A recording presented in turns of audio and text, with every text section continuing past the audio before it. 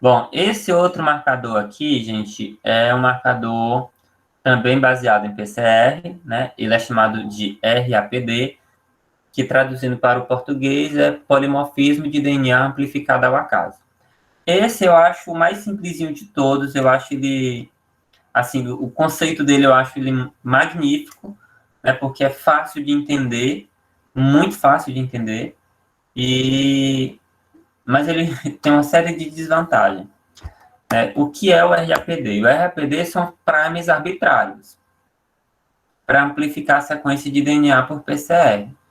Então, ao invés de eu usar dois primes, que nem eu uso aqui no microsatélite, né?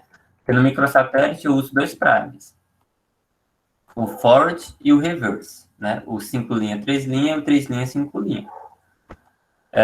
Aqui eu uso um só, né? Eu só uso um prime, no sentido 5', 3' e pronto. Né? Esse prime ele vai se acoplar em qualquer região que seja compatível com ele. E aí ele vai amplificar o acaso. Né? O anelo é múltiplo, então ele não consegue, ele não trabalha com locus, que nem a gente trabalha com o microsatélite. Então, quando a gente desenha o prime de microsatélite no sentido 3', 5', e o outro aqui no sentido 5', 3', então eles vão se acoplar um em cada fita do DNA. Então, ele delimita ali a área de amplificação. Agora, o RAPD não. Ele é só no sentido 5', 3'. Ele pode se acoplar em uma fita do DNA, assim como ele pode se acoplar na outra. E assim, ele não tem um padrão. Ele pode se amplificar em qualquer lugar. Basta que ele encontre uma sequência, né, que possa parear uma sequência que pareie com o prime. E pronto.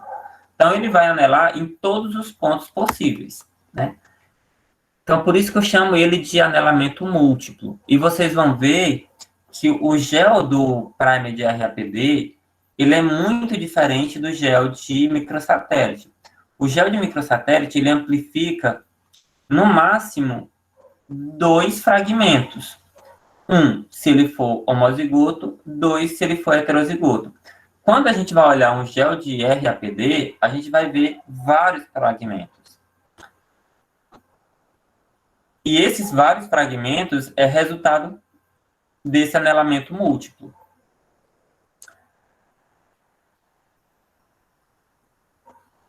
Bom, e outra coisa, ele tanto pode atuar em em DNA de núcleo, quanto genoma de organelas. Aí é uma outra característica do RAPD.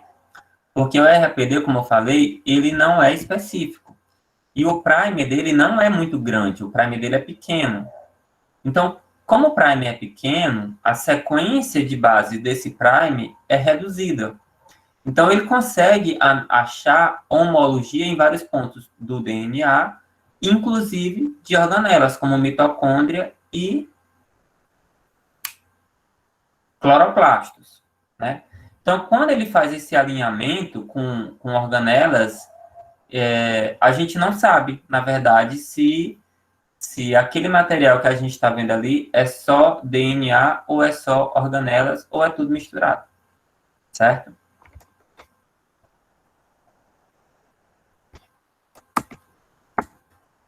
Então, como é que funciona?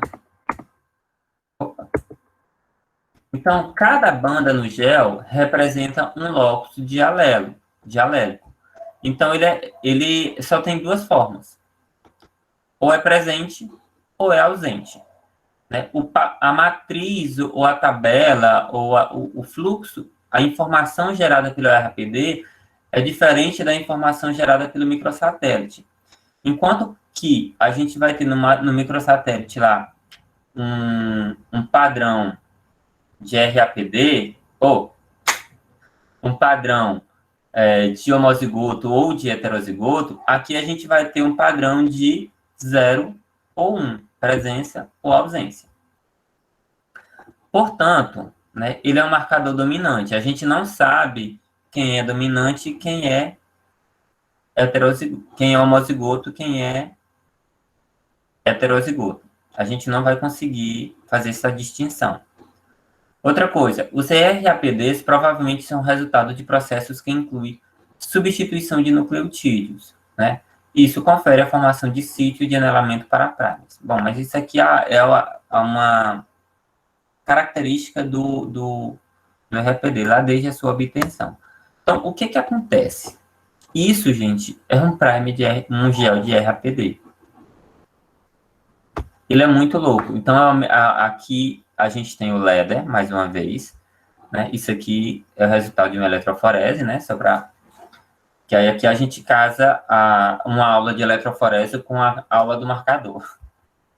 Então, isso aqui é um gel possivelmente um gel de agarose, tá? A gente, quando trabalha com RAPD, geralmente a gente trabalha com agarose. Aqui é o LEDER. E aqui são os indivíduos que sofreram, passaram pela PCR de RAPD. Então, observem que esse locus, né, ele está presente nesse indivíduo, presente nesse indivíduo, presente nesse indivíduo, presente nesse. Mas quando eu chego aqui, ó, ele está ausente. Ausente, ausente, ausente, presente, presente, entendeu? Então, veja esse gel aqui, esse indivíduo, ele tem esse padrão aqui, mas nos outros eles praticamente não se repete. Então, o que é interessante disso tudo é que, por exemplo, para esse padrão, ele é presente nos 4 primeiros indivíduos, ausente no 5º. Esse padrão aqui, que a gente viu antes, né, que está aqui um pouco mais acima, ele está presente nesse indivíduo, mas ausente nos outros. Enquanto aqui gerava uma tabela 0,00000000001, aqui gerava 1,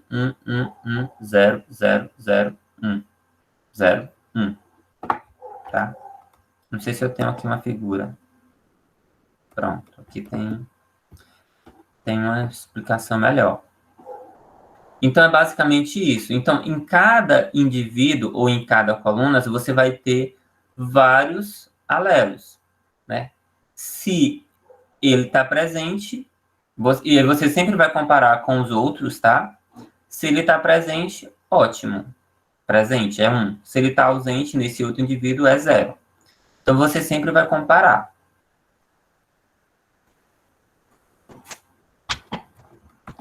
Aqui é um exemplo de um RAPD. Deixa eu só ver se eu conseguir. Ai, que merda. Eu faço aqui com vocês. Ó, a gente tem indivíduo A, indivíduo B e indivíduo C. E aqui está o primezinho. Então, veja que o prime, ele se acoplou em várias regiões do genoma do indivíduo A, em várias regiões do genoma do indivíduo B e em várias regiões do genoma do indivíduo C. Bom, quando esse prime ele amplificou, que eu fiz a eletroforese, ele teve esse padrão aqui, tá? Então, ele teve esse padrão. Esse é o que aconteceu. Esse é o resultado. Para que a gente possa entender como é que a gente gera a informação para a análise estatística desses dados, a gente precisa ter essa compreensão aqui. Ó. Vou fazer aqui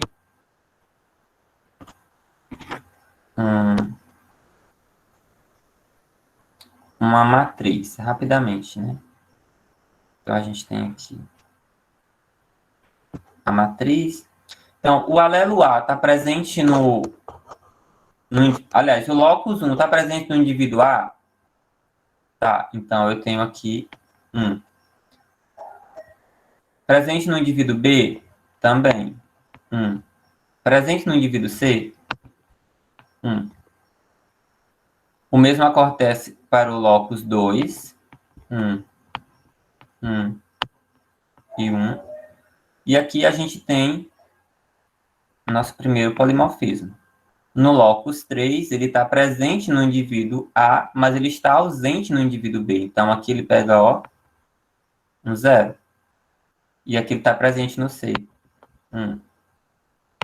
Aqui no locus 4, eu tenho 1 1, e o locus 4, ele está ausente no indivíduo C, então é 0. Então, essa aqui, gente, nada mais é do que uma matriz de 0 e 1, em que cada linha representa um locus, né, do marcador, e que cada coluna representa um indivíduo, certo? É isso. E aí, o que você leva para análise estatística é essa matriz aqui que a gente acabou de fazer, tá? Essa matriz aqui. Entendido, gente, até aqui? Sim. Bom, Modelos mistos. modelos mistos, é. Aí, você pode pegar essa matriz aqui e aplicar em qualquer... Por exemplo, você pode usar essa matriz aqui, por exemplo, como uma matriz de parentesco, lá na matriz de modelos mistos. Ela é informativa, ela gera resultado, ela é tão informativa quanto a matriz de parentesco? Não, não é. Muito longe de ser, tá? Muito longe de ser. Mas é uma matriz que ela indica um certo parentesco entre os indivíduos A, B e C. Certo? O mesmo eu também posso utilizar pelos microsatélites, né? Eu posso ter uma matriz de microsatélite e substituir lá a matriz de parentesco. Estou dizendo que pode, não estou dizendo que é viável, não, viu, gente? Já nunca, pelo amor de Deus, vão dizer por aí que você usa uma matriz de microsatélite para calcular o valor genético de um indivíduo. Pelo amor de Deus, não faça isso, não. Tá? Passa mesmo pela matriz de parentesco. Então, quais são as vantagens? Ela é barata e simples. Gente, não precisa de... Assim, não precisa de uma coisa mirabolante. Você não precisa fazer clonagem, você não precisa fazer sequenciamento, né? Você pode até, se no auge da sua loucura, eu vou desenhar um prime aqui. Eu quero um prime A, B, C, D, J, C, não sei o que lá. E faz aí, menino. Bota no laboratório, o laboratório faz o teu prime, e você vai usar aquele prime da maneira que você achar. Estou sendo bem singelo, né, na verdade. Então, não requer informação prévia sobre sequências, ou seja, não precisa fazer sequenciamento. É uma técnica que é baseada em PCR, né? Então, ser baseada em PCR, ela gera informação, polimorfismo que a gente pode confiar, né? A amplificação de vários losses por um único primer. Então, um único primer amplifica várias coisas, né? E requer pequena quantidade de tecido para fazer o uso da técnica, né?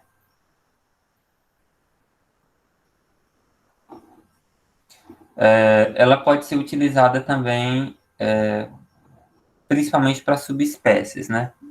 Existe espécie e existe subespécie. Então, foi desenvolvida para a espécie, sei lá, vegetal X, então você pode usar para subespécie ou para uma variedade, entendeu? Desvantagens. A técnica recebe muita crítica devido à baixa reprodutibilidade, porque os primers são pequenos, né? Então, o resultado que eu consigo aqui no meu laboratório, ele pode muito bem não se replicar no outro laboratório. O resultado que eu encontrei aqui nessa população, talvez eu não encontre em outra população da mesma raça ou do mesmo grupo de indivíduos. E é um marcador dominante, portanto, eu não consigo fazer essa distinção entre heterozigotos e homozigotos. E a estrutura dos primes, eles são muito simples, então termina que gera informação, mas essas informações, muitas vezes, elas não são muito... Ela gera muito polimorfismo, mas esse polimorfismo muitas vezes não é informativo. Ela é muito aplicada para diversidade genética, estudo de estrutura de população e úteis em estágios iniciais de investigação. Isso é uma característica muito bacana do RAPD, porque muitas vezes você está trabalhando com uma espécie que ainda não tem, por exemplo, o marcador de microsatélite desenvolvido. Exemplo, eu estou trabalhando com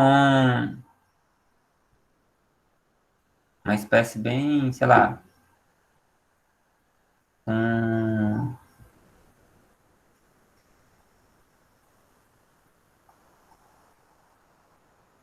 gambá, que me veio na cabeça aqui. Você está trabalhando com gambá, quer fazer estudo de gambá, estudo de população de gambá. Mas você não tem nada assim na literatura sobre gambá, sobre a genética molecular de gambá. Então, você pega um marcador desenvolvido aí para gambá é que classe, gente? Qual é a classe do marsupiais? Então, gambá é marsupial, não é? Não me lembro. Talvez eu esteja falando besteira. É sim, professor. É marsupial? É sim, tem a bolsa. Então, pronto. Então, pronto. Classe é mamíferos, não é não? Hã? Classe é mamífero, não é não? Classe, reino, classe, ordem. Filo.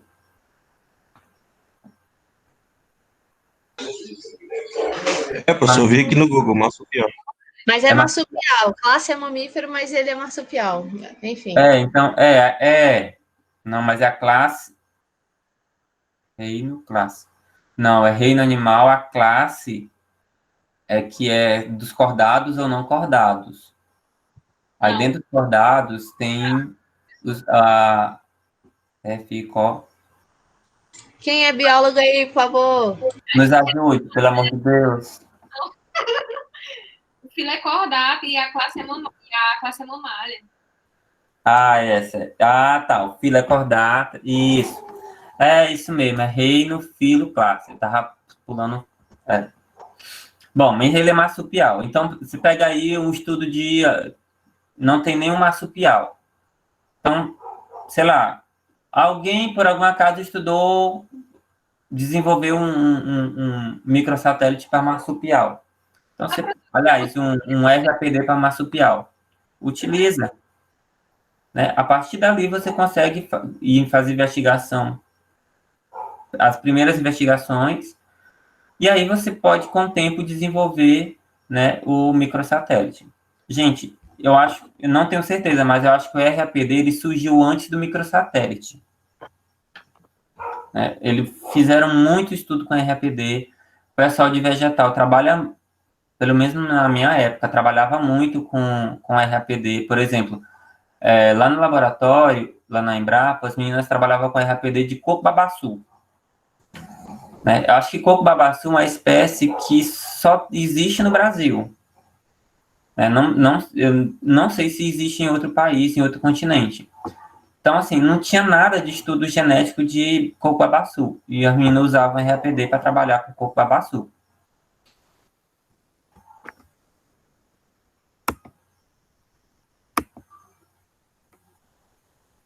Que horas são? A gente vai ter que terminar essa aula hoje.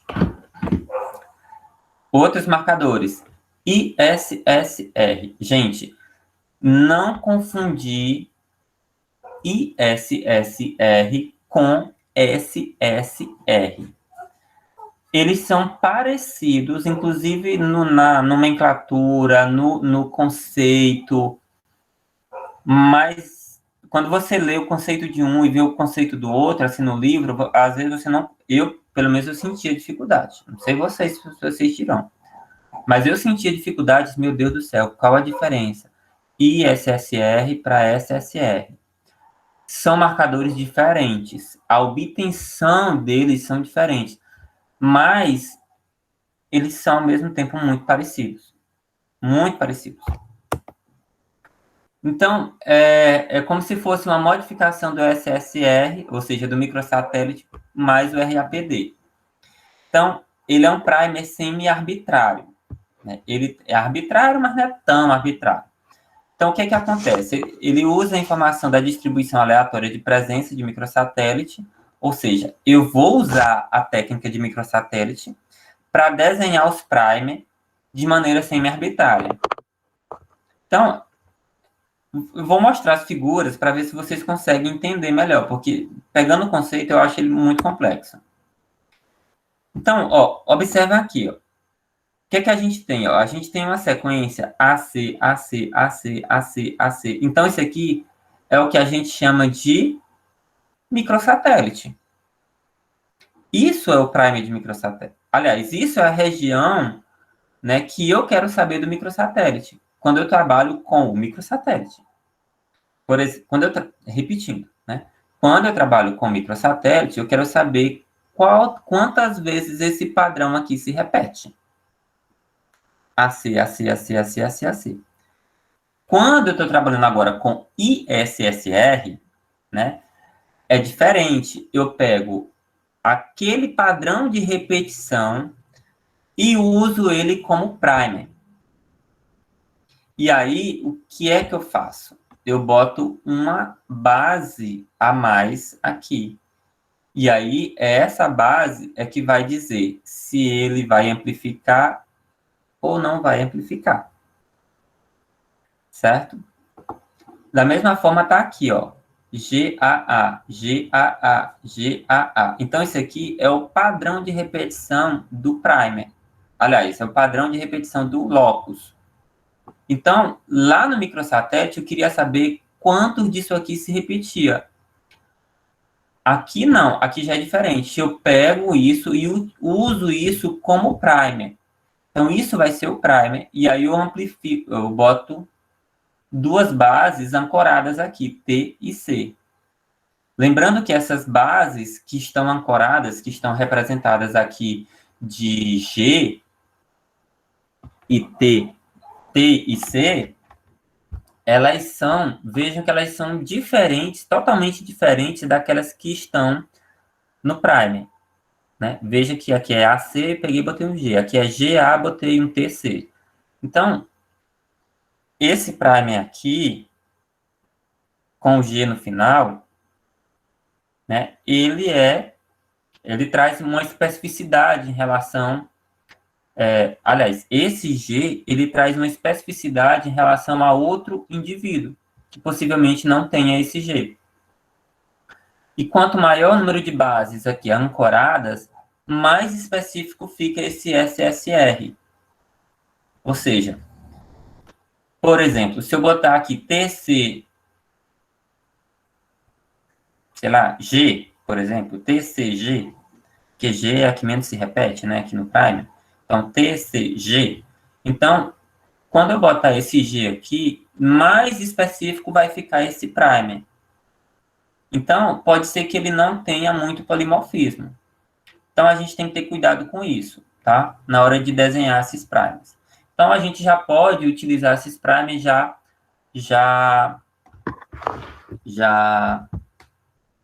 utilizado para a espécie, tá? Apresenta alguns dos mesmos problemas do RAPD, porém possui primers maiores, né? Então já dá uma especificidade maior, portanto possui maior nível de reprodutibilidade.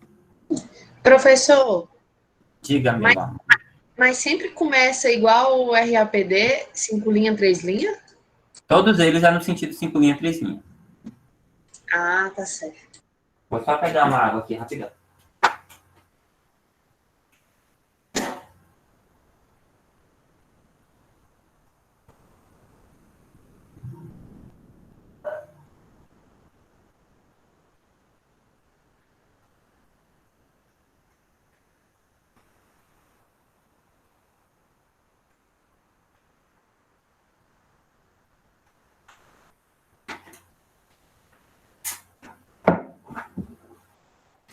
Então, ó, o que é que a gente tem aqui, ó?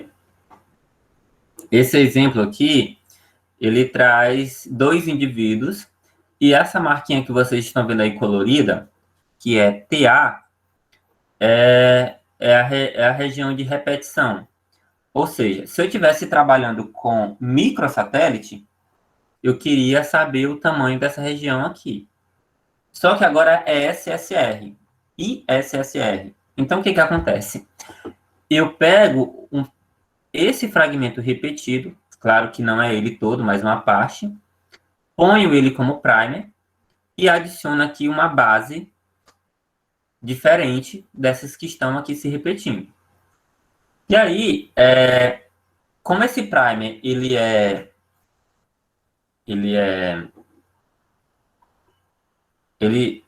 esse primer ele é altamente repetitivo, ele é relativamente curto, né? Ele só não é tão curto quanto o RAPD. Ele não necessariamente amplifica só na região de microsatélite, ele pode amplificar em outras regiões também. Então, por isso que ele é aleatório, tá? Bom, e aqui, qual é a interpretação que a gente tem? Que nesse indivíduo houve o primer se acoplou aqui em quatro partes, né? Em 4 partes do DNA. E, portanto, ele teve 3 fragmentos, né? 3 fragmentos. Já no indivíduo 2, ele amplificou somente em uma parte, né? E aí, portanto, a gente tem um alelo, né? Um único alelo no indivíduo 2 e 3 alelos no indivíduo. Desculpa, gente, não é alelo que se lê nesse caso, né? Eu tenho um locus no indivíduo 1, né? Um locus no indivíduo 1 e eu tenho 3 locus no indivíduo 2. Desculpa, 3 no indivíduo 1 e 1 no indivíduo 2. E o padrão dele, gente, a matriz que é formada para a gente fazer as análises estatísticas é igual à do RAPD. Então, aqui, se aqui está presente, eu tenho 1, né? Aqui. Então, eu tenho 1. Se está ausente, eu tenho 0. Eu tenho na segundo locus, eu tenho 1 presente no primeiro, 0 no segundo. E na terceiro locus, eu tenho presente no primeiro e presente no segundo. Eu tenho, portanto, uma matriz de 3 por 2, em qual são 3 locus por 2 animais, certo?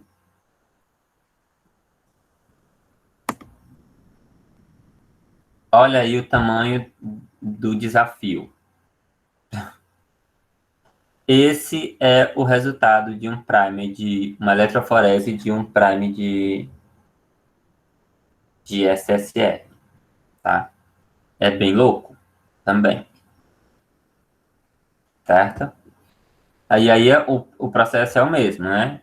De presença ou de ausência. Se um está presente, eu boto 1. Onde está ausente, eu boto 0. E, professor, essa imagem ela é gerada tipo como se fosse um filme, alguma coisa assim. É um pouco complicado porque você vê que não é uma coisa reta, ela é curvada, dá uma atrapalhada nessa análise. Dá uma atrapalhada mesmo. Por isso que tem que ter muito cuidado com o gel. Gente, fazer um gel bonito desse jeito é complicado. Professor, lá no laboratório eu via que quando não estava certo a corrente, né, estava com problema, ficava todo mal feito. Aí depois a gente descobriu, o professor vai descobrir, não, mas tem que botar para colorir, né? Mas vai descobrir no final, aí é um negócio. Tá descobrindo no final. Mas, assim, professor, ele, depois dessa análise, ela vai ser impressa em alguma coisa? Isso aqui? Isso. Desse gel? Sim. Não, depois que esse gel tá desse jeito aqui, a minha análise é fazer a matriz. Essa matrizinha aqui que eu desenhei aqui, entendeu? Então, é essa matriz aqui que eu vou utilizar para fazer a análise estatística. Entendeu? Aí depois é gerada aquelas outras imagens que a gente vê analisando no restante da aula, né? Exatamente. Pronto, aquelas imagens lá que você viu, ela é resultado dessa matriz. Quando você faz um tratamento lá de, sei lá, de nutrição, por exemplo, ração A, ração B, ração C, com não sei o que lá, e aí você tem lá os gráficos de correlação, os gráficos de box plot, aquelas coisas todas. Bom, aquele gráfico é uma matriz. Que matriz são essa? É a matriz que você utiliza para gerar informação, a informação que você dá para o programa estatístico. Então, quando você faz aquela tabelinha bonitinha lá para informar para o SAS, para informar para o SPSS, para o R, ali é uma matriz. Tá? É esse material que a gente tem que gerar. Então, todo esse trabalho que a gente está tendo aqui agora é uma premissa para chegar naquela matriz, porque o que vai gerar, de fato, a informação, para a gente entender como está acontecendo o mecanismo genético, são o resultado das análises. E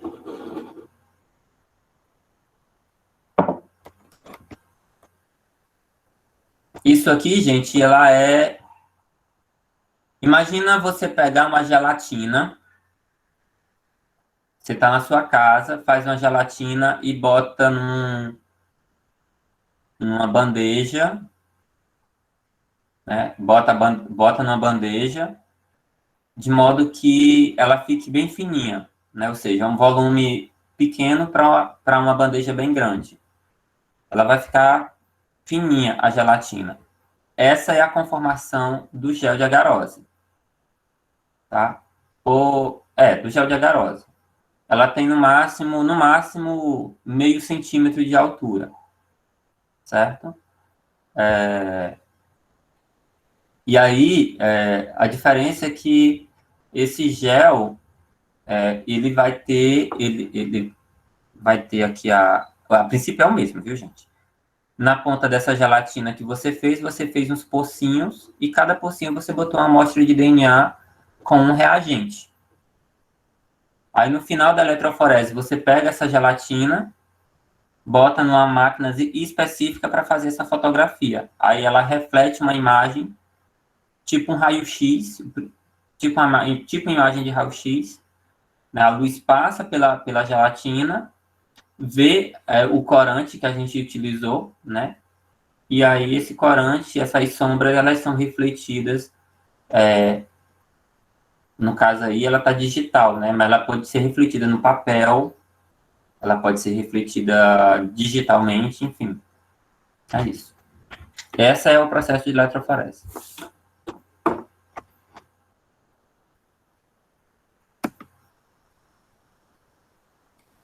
Bom. Polimorfismo de comprimento de fragmentos amplificados.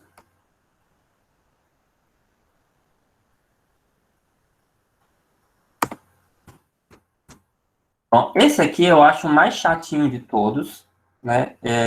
Me deu vontade até de tirar ele, porque eu nunca mais nem vi artigo com ele. Bom, mas já que ele está aqui, eu vou falar dele, tá? O AFLP é quase que nem o...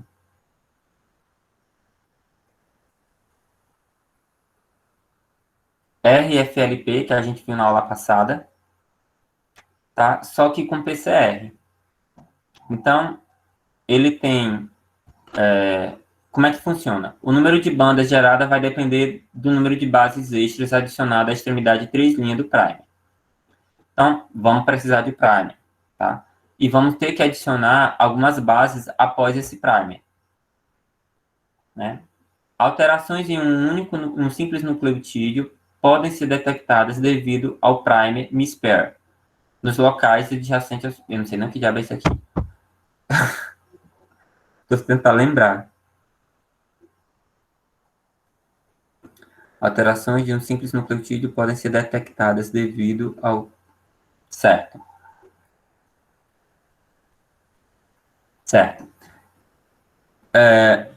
Eu vou já explicar essa questão do mispair aqui quando eu estiver falando ali na figura. Mas é por causa que a gente vai usar enzima de restrição.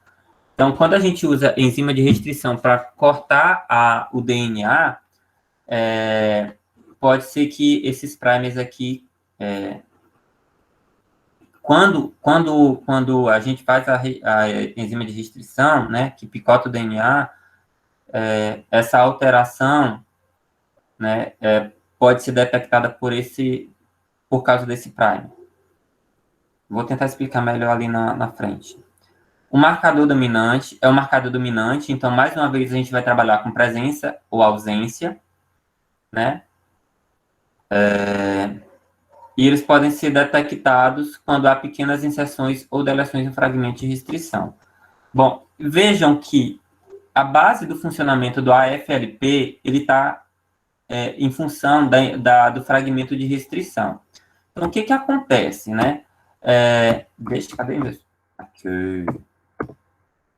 O que acontece? A gente vai ter que fazer o seguinte, isso aqui é a fita de DNA, fita dupla, então a gente vai botar esse material para sofrer digestão, que a gente chama aí de, essa digestão nada mais é do que o picotamento por enzimas de restrição, e essas enzimas de restrição, como a gente viu lá no RFLP, elas picotam em regiões específicas, certo? Bom, depois que ele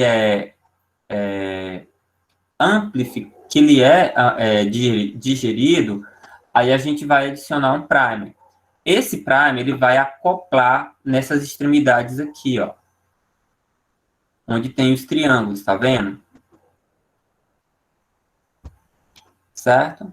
Ele vai se acoplar nessas regiões aqui. Então, qualquer mutação nessa região aqui da enzima de restrição já pode fazer com que esse primer não se acople, certo? Então, uma vez o primer acoplando, né, ele vai amplificar, né? E aí, se eu tiver aqui, por exemplo, um primer muito longo, né, o que vier aqui, por exemplo, está aqui representado por esse cinza e esse preto. Se esse preto ele tiver uma sequência de primers muito longo, vai diminuir o polimorfismo. Se ele tiver uma sequência de bases, acho que eu falei errado, né? Se ele tiver uma sequência de base muito longa, ele vai diminuir o polimorfismo. Mas se ele tiver uma sequência de bases não muito longa, ele vai mostrar vários polimorfismos. O mesmo vale para outra extremidade. Bom, a partir disso aqui eu jogo e faço PCR. E aí eu vejo o polimorfismo mais uma vez através do gel de eletroforese. Eu acho ele muito louco. Muito, muito, muito, muito louco. Né? Porque eu olho para esse gel, eu não consigo fazer assim, uma distinção clara. Né? Deixa eu só ver se eu não consegui falar. Então, como funcionam? A amplificação seletiva de um conjunto de fragmentos digeridos, né? Falei ali, os fragmentos são amplificados pela de adaptadores, né? Que são os triângulos lá, que eles vão, os primers e os adaptadores se ligam ali. Então, a gente precisa de 2 PCR, uma pré-seletiva e em seguida uma seletiva. Exatamente. Certinho. Eu não me perguntem muito isso aqui não, porque eu confesso, eu nunca trabalhei na minha vida com a FLP e nunca vi ninguém trabalhando com a FLP. Me perdoem. Não, sem problema. Bom, mas o princípio da técnica é essa, tá? Você tem o DNA pronto, inteiro, picota com enzima de restrição, faz a ligação dos adaptadores, né, e depois dos primers. E aí, quanto mais adaptador tiver, quanto mais específico for esse adaptador, menos polimórfico é o primer. O gel é isso aqui, tá? A gente consegue perceber aqui, por exemplo, isso é fruto de por exemplo, ó, tá vendo que essa eletroforese aqui, nesse ponto da eletroforese, ele está bem escurinho. Nesse outro ponto, ele está bem clarinho. Né? Isso indica o quê? Um polimorfismo nesse indivíduo. Né?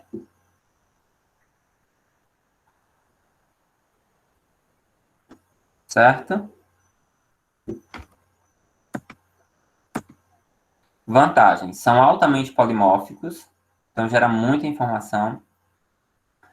Não há necessidade prévia de conhecimento das sequências, né? Então, a gente não precisa fazer genoma sequenciamento e clonagem, né? Devido ao uso de adaptadores, os primers são altamente específicos e, portanto, a técnica possui alta reprodutibilidade.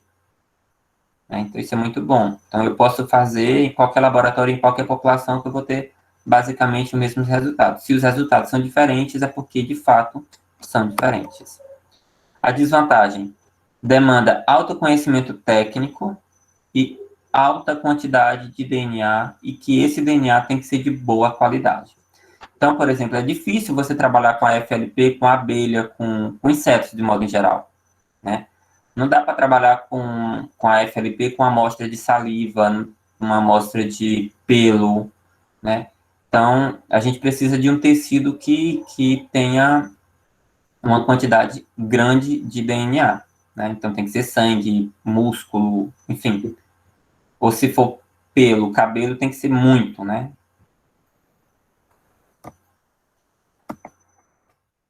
Aplicações: mapeamento genômico, estudo de cruzamento, diversidade genética e estrutura da população. Né?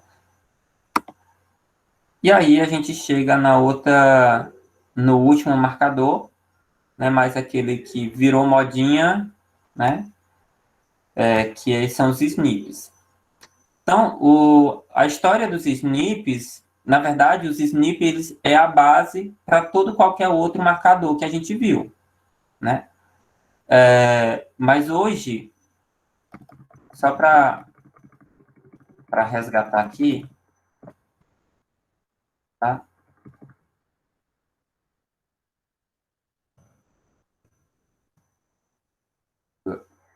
Tá vendo isso aqui? Ó, microsatélite é SNP. Só que é um padrão de repetição do SNP. O SNP, AC, né, ele se manifesta várias vezes, né?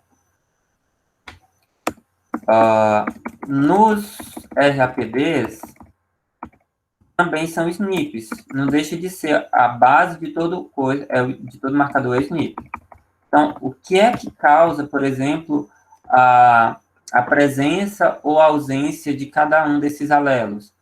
É a presença ou não do SNP que permite o primer se acoplar.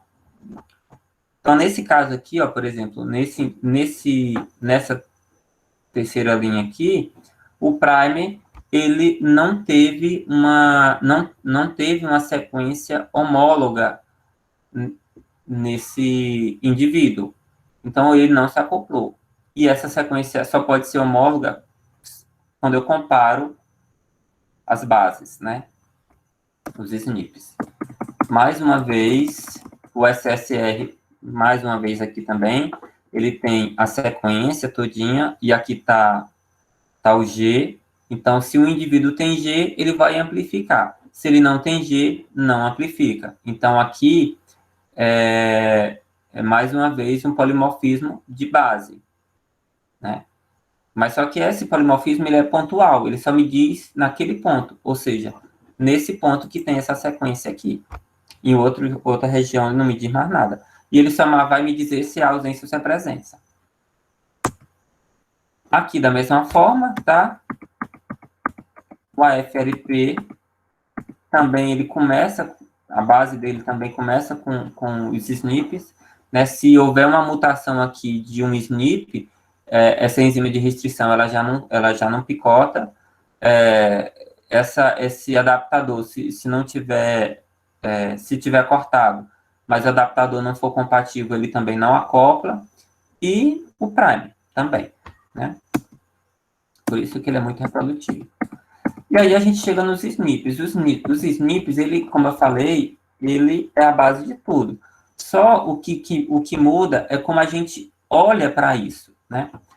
Então, os mascadores de SNP têm como base as alterações mais elementares da molécula de DNA, ou seja, mutações em bases únicas da cadeia de bases nitrogenada: adenina, citosina, timina e guanina. Então, o que é que você pega? Você tem um SNP, aqui você tem três sequências, tá?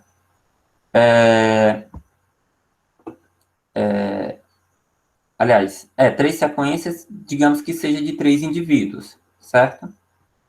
3 indivíduos. Então, você vai pegar somente uma das fitas do DNA. Você não trabalha com as 2 fitas, você trabalha só com uma das fitas, tá certo? Porque você já sabe que uma é complementar a outra. Então, se você estiver trabalhando com 2 fitas, você está trabalhando 2 vezes, ou está sendo redundante. Então, você pega só uma das fitas. Porque o que tem numa fita, você, por analogia, já sabe que tem na outra. Então, o que é que a gente observa? Né? Aqui a gente tem G, C, A, C, G, tá. Bom, tem essa sequência. Aqui é um outro indivíduo, e aqui no lugar do A, a gente tem o G. Então, isso é o que caracteriza um polimorfismo de SNP, porque é um polimorfismo de base única, ou seja, um polimorfismo de uma única base.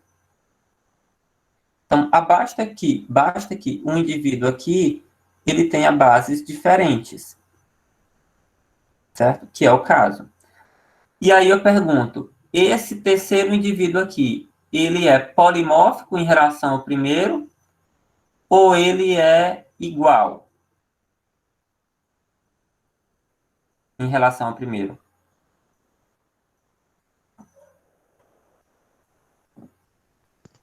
É igual. Timina unicodenina. Exatamente. Embora aqui ele esteja dizendo que é polimórfico, né, porque o A é diferente de T, mas se a gente for complementar aqui, ó, eu tenho aqui, ó, C, G, T, T.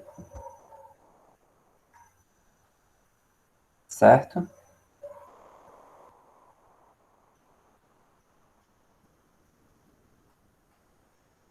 Ah, não, peraí, gente. Estou fazendo uma analogia aqui grotesca. Então, eu teria aqui C, G, T,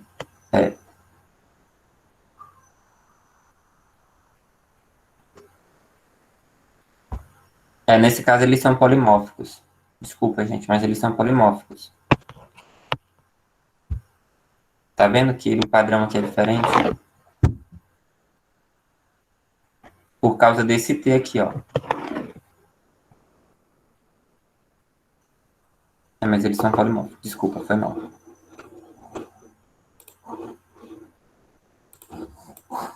Entenderam aqui ou carece de mais explicação?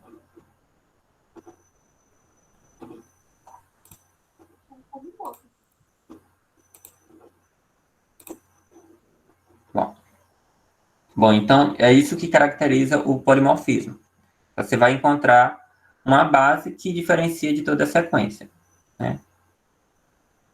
Pronto, é isso mesmo. Você vai ver uma homologia, por exemplo, você vai encontrar uma homologia em todas as fitas, certo? Tá vendo?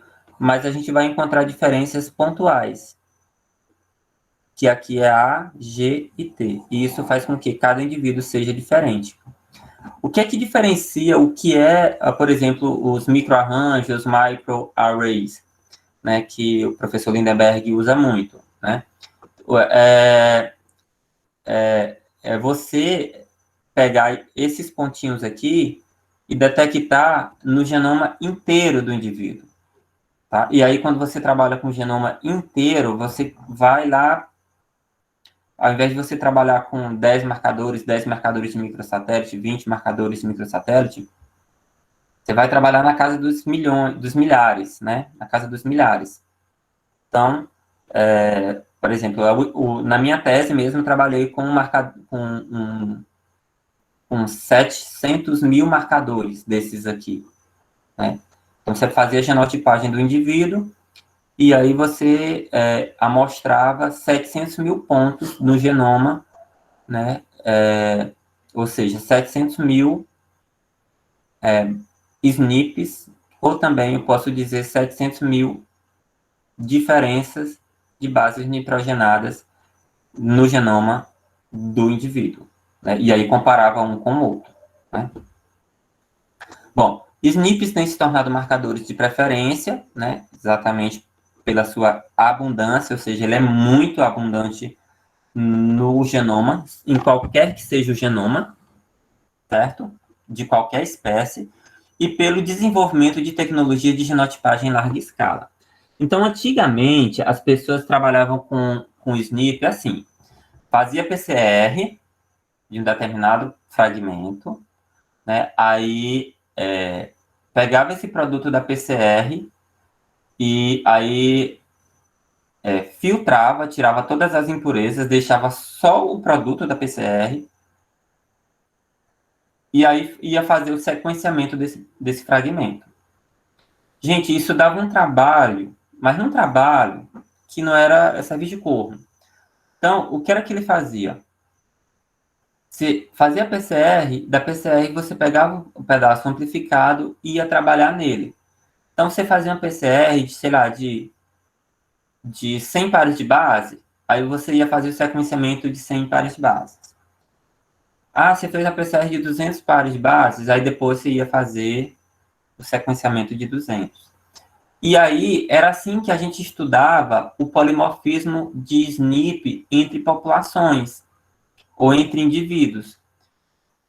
E aí era diferente, porque quando você faz uma PCR, por exemplo, de 100, 200 ou 500 pares de bases, dificilmente passava de 500, né? Você tinha uma amostragem muito pequena.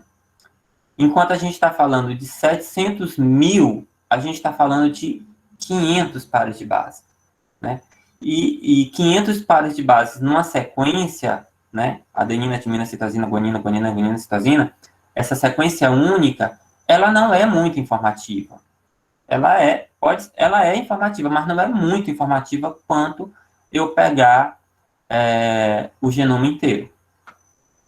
Então, é isso que tem facilitado bastante a gente trabalhar com os SNPs, né? E ela tem, assim, a vantagem de fazer com que a gente perceba mutações silenciosas de nucleotídeos. O que são mutações silenciosas, né? Mutações silenciosas são mutações que ocorrem nos indivíduos, ocorrem dentro dos genes, pode ocorrer dentro dos genes, né? Aliás, elas acontecem dentro dos genes, mas que elas não causam nenhum impacto na vida daquele indivíduo que tem essa mutação. Por exemplo, uma sequência de aminoácido pode ter lá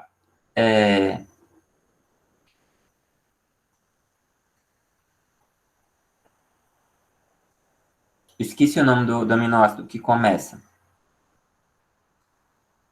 Mas, enfim. Vamos lá, ele tem lá uma sequência de aminoácidos. De leucina, serina, Metionina. metionina, pronto. Começa sempre com metionina. Aí, beleza, o código da metionina. Metionina, valina, alanina, tirosina, serina, tirosina, não sei o que, papapá, não sei o que, glicine. Bom, aí eu tenho a sequência de aminoácidos. Mas eu vou chegar aqui na leucina. Na hora que eu chego na leucina, eu tenho 4 códons diferentes para o mesmo aminoácido. Então, pode ser que no indivíduo tinha o códon CUU, mas no outro indivíduo esse códon é CUA.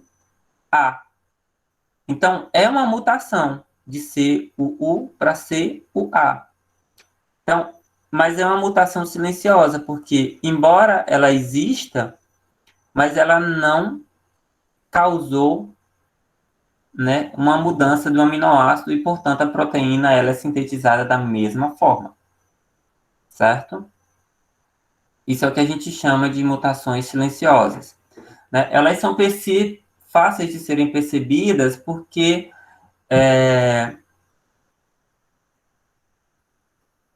aliás, eu consigo perceber essas mutações porque eu trabalho com nucleotídeos, né? A partir do momento que eu começo a visualizar os nucleotídeos, eu consigo visualizar onde é que eles estão. Se eles estão dentro da região de exon, se eles estão dentro da região de intron, né? Qual é a sequência dele no DNA.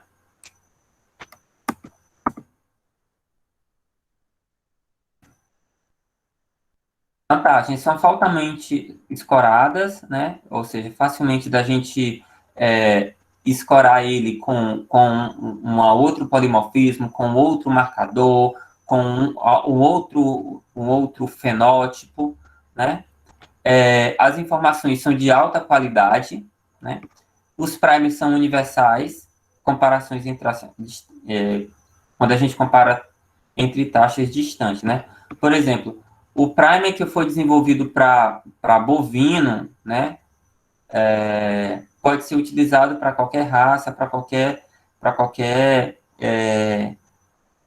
indivíduo dentro da mesma família. Desvantagens. Os sequenciamentos são caros, mas hoje a gente não faz mais sequenciamento, né, para obter SNP, né?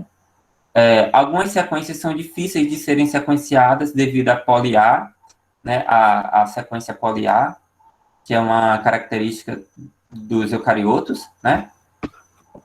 E presença de muita variação torna o alinhamento mais difícil. Gente, quando eu estou falando disso aqui, dessas vantagens, eu estou falando necessariamente do sequenciamento, né?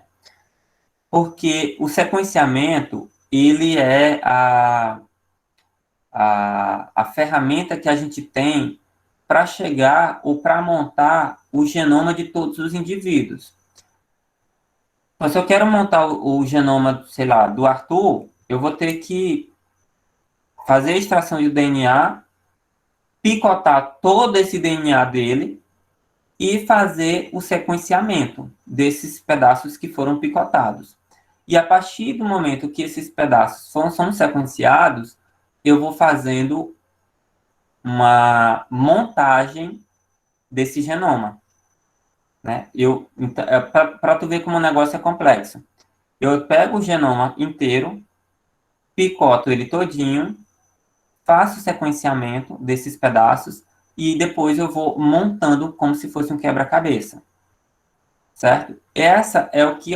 Isso é o que se é feito no sequenciamento, né? E isso era o que era feito para a gente obter, né, os SNPs. Mas aí a gente já conseguiu fazer sequenciamento do genoma da espécie humana, a gente já tem o genoma de bovino, o genoma de ovino, suíno, de aves, de cavalos, eu acho que de abelha, né, de cachorro. Ou seja, a gente já tem o genoma pronto, sequenciado de todas as espécies. Todas não, que eu estou sendo muito cretino. Mas a maioria das espécies domésticas. E aí, com o advento desse sequenciamento, a gente não, foi desenvolvida uma técnica de microarranjos, que aí eu não preciso mais sequenciar, porque eu já pego o sequenciamento que eu já tenho pronto, do genoma montado, e aí eu pego só o que está montado e comparo com outros indivíduos.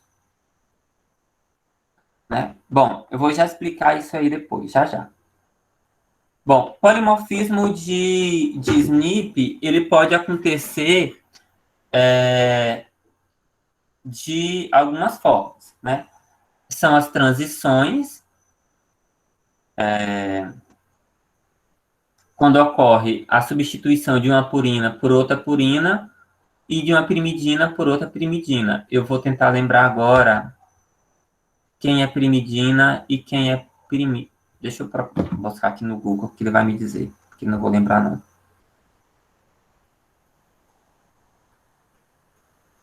Ai, gente. Me perdoem, gente, eu tenho um problema com tudo que é dicotômico. Púricas. Eu já tinha feito até um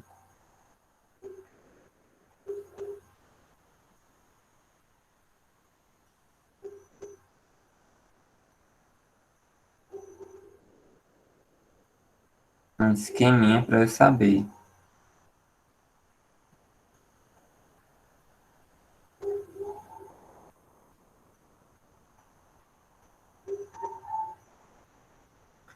Pronto.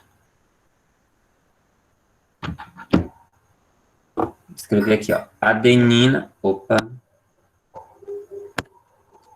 Adenina e guanina são bases púricas ou purínicas. Sei lá, vou botar aqui embaixo. Purínicas.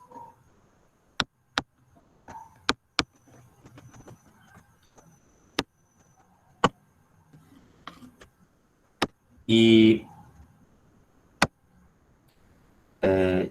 timina e citosina são bases pirimídicas.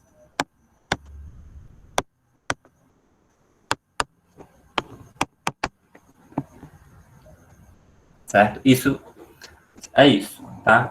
Então, o que são as transições? As transições ocorrem quando tem uma mutação de uma purina por outra purina. Ou seja, tinha um A, foi substituído por um G.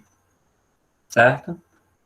Ou tinha um G, ou tinha um T e foi substituído por C. Já transversões ocorrem quando tem uma substituição de purina por uma pirimidina, ou seja, podia ter um G e depois ser substituído por um C, ou um A substituído por um T, certo? É isso. Isso são transições e transversões, tá? Outra coisa que a gente tem que ter em mente, é que as mutações, elas podem estar presentes em regiões não codificantes e regiões codificantes.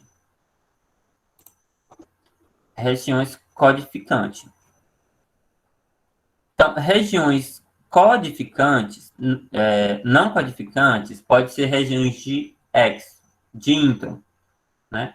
Está dentro do gene, mas não codifica nada. Então, é não codificante. Ou também fora do gene, né? Pode estar fora do gene. E aí a gente tem as codificantes, né? Ou seja, são aquelas mutações que estão dentro dos exons. E essas mutações, elas podem ser sinônimas ou não sinônimas, né? Sinônimas é quando ocorre a mutação em que ela automaticamente causa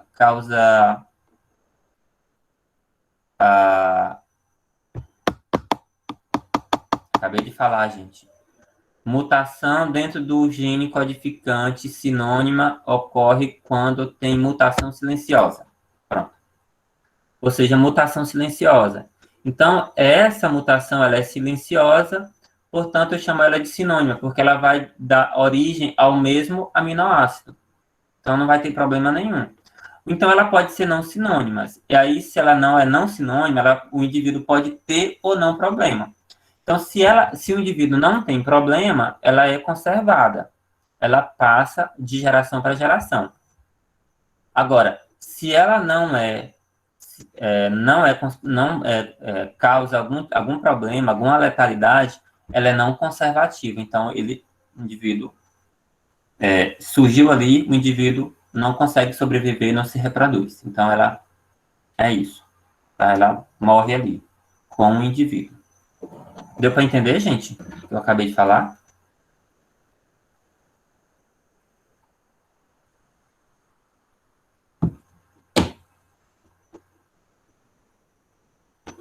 Bom, não havendo manifestação, vou continuar. Bom, isso ali é tudo que eu acabei de falar. Tá. O uso desses marcadores. Muito utilizado para estudo de associação genômica, né? Tá na moda, todo mundo está fazendo, né? Inclusive foi o trabalho da minha tese. É possível fazer mapeamento genético, né? E essa coisa é interessante porque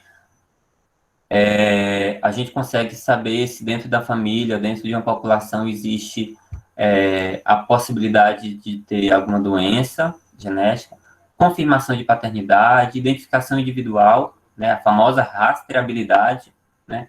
Isso aqui pode, com o uso dos SNPs, eu posso gerar um código de barra, e esse código de barra ser utilizado ou um QR Code, para eu identificar tudo desse indivíduo, né?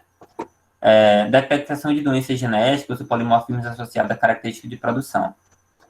Como eu falei, o uso dos SNPs esteve muito tempo limitada, devido a restrições tecnológicas, mas com a geração de novas tecnologias de sequenciamento e genotipagem, tem transformado o uso desses marcadores. E aí tem surgido os famosos microarranjos. Né? O que são esses microarranjos? São uma lâmina de vidro, né, com uma ampla amostragem do genoma. Então, cada tracinho desse que vocês estão vendo é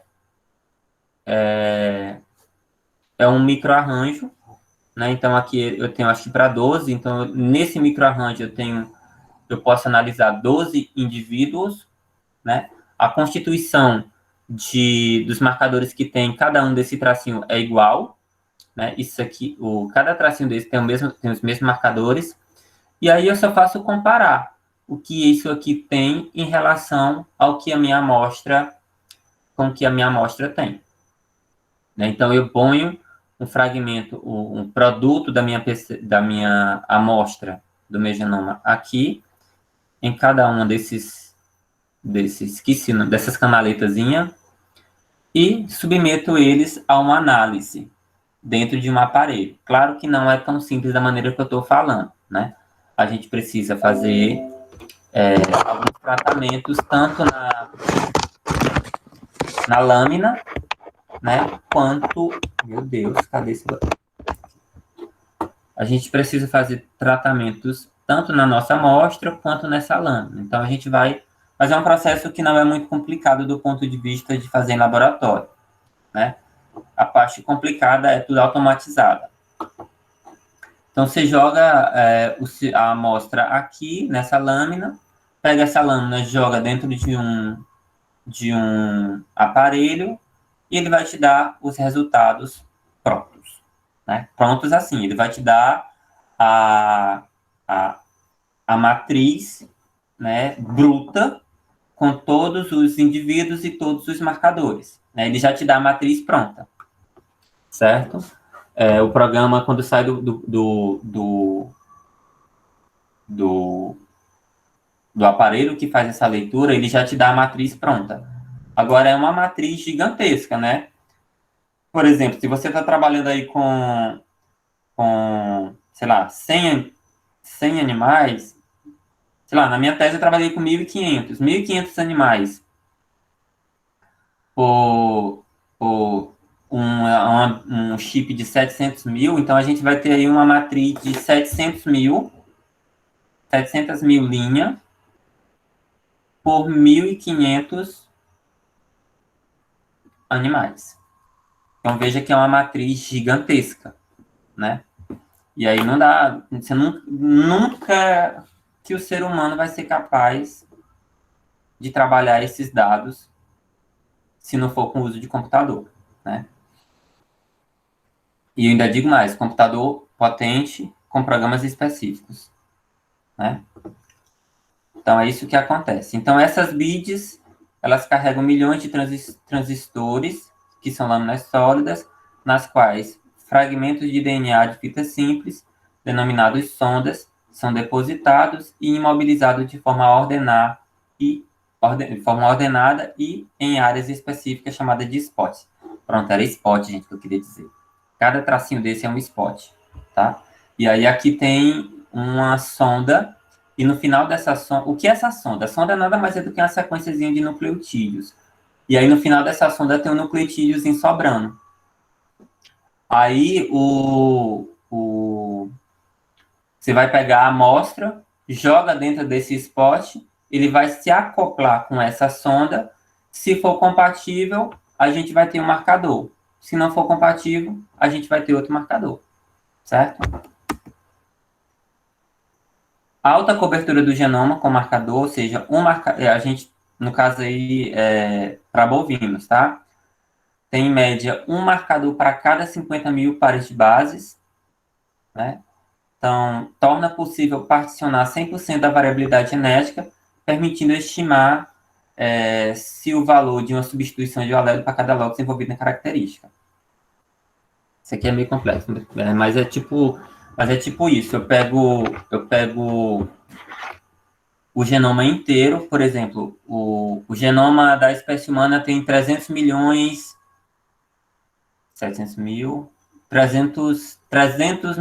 de pares de base, certo?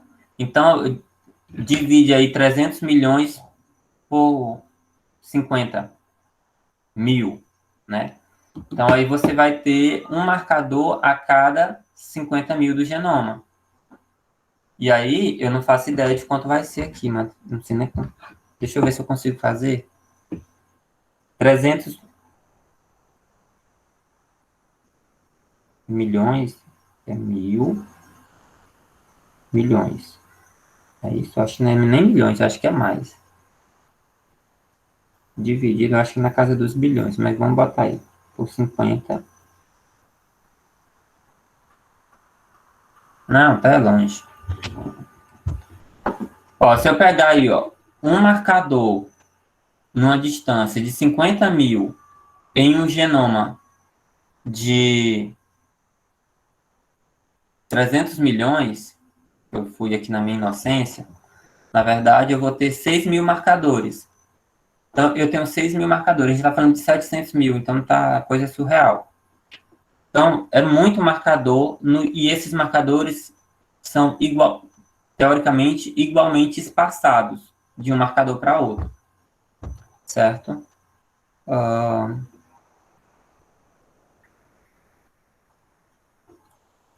Bom, ele permite estimar 100% da variabilidade genética, a gente sabe que isso não é bem verdade, né? Ele traz muita variabilidade genética, mas ele não traz tudo. Porque a gente só trabalha com... Mas isso aqui é uma coisa do melhoramento. Se eu entrar aqui com vocês vão ficar...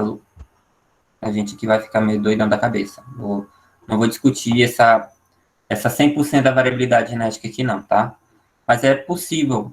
Ele pode até trazer, mas não diria 100%. Ele vai sempre trazer um viés a menos. Permite estimar se o valor de substituição de um alelo em cada dos loss envolvidos. Isso é interessante, né? Porque se você tem um loss que está diretamente associado a um fenótipo, você pode fazer estimativa desse polimorfismo. Seja, por exemplo, no indivíduo 1, ele tinha, sei lá, adenina. E essa adenina era responsável por, sei lá, 1,35% da variabilidade genética. E essa adenina foi substituída por uma citosina. Então, eu consigo estimar esse valor, né, dessa substituição.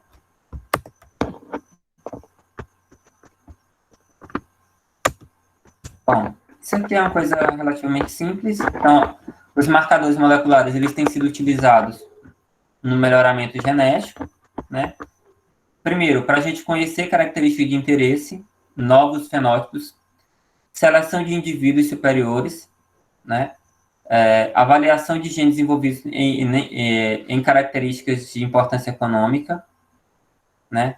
Seleção de marcadores genéticos, né? Identificação, tipo assim, seleção de marcadores, por exemplo, para algumas doenças, algumas características genéticas, elas hoje, a gente não precisa mais de exames. Basta você fazer uma pequena amostra,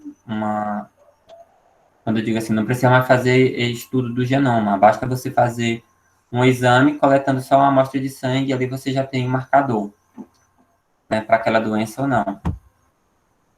Identificar padrão molecular, né, ou fingerprint, que é o padrão molecular. É como se fosse a impressão digital, só que essa impressão digital acessada a nível de DNA, né?